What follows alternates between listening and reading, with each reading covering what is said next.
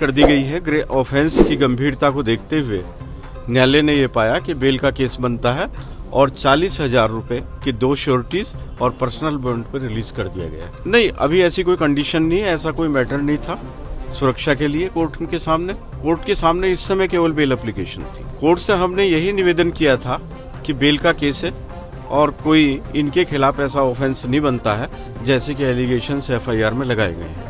1 दिन की देरी से एफआईआर दर्ज कराई गई थी और कोई ऐसी फायरिंग की एविडेंस नहीं मिली मौके पे, कोई खोखा मौके पे नहीं मिला है और न ही कोई अभी तक इन्वेस्टिगेशन में ऐसा कोई निशान वहां आया कि फायर हुई हो। इसलिए बेल का केस बनता था और ग्रेविटी देखते हुए न्यायालय ने बेल ग्रांट कर दी।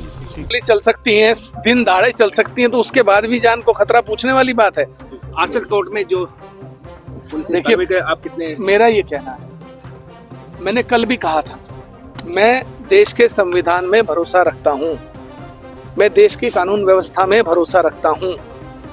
मेरी गिरफ्तारी हुई, न्यायालय में लाकर पेश किया गया, मेरी जमानत हुई, मैंने कानून का उल्लंघन कहीं नहीं किया, मैं कहीं कानून से भागा नहीं, छुपा नहीं, जो कानूनी प्रक्रिया थी, क्योंकि मैं अपनी जिम्मेदारी समझता हूँ। राजनीतिक पदों पर रहते हुए, जनप्रतिनिधि होते हुए, मैं भी चाहता तो अपनी भीड़ को उकसाकर कोई कार्रवाई करवा सकता था, लेकिन अपने लोगों को अपने निजी हित के लिए, अपनी राजनीति के लिए उकसाना कदापि उचित नहीं है। देखिए, मैं क्या कह रहा हूँ, आप अपनी भाषा को मर्यादित रखिए।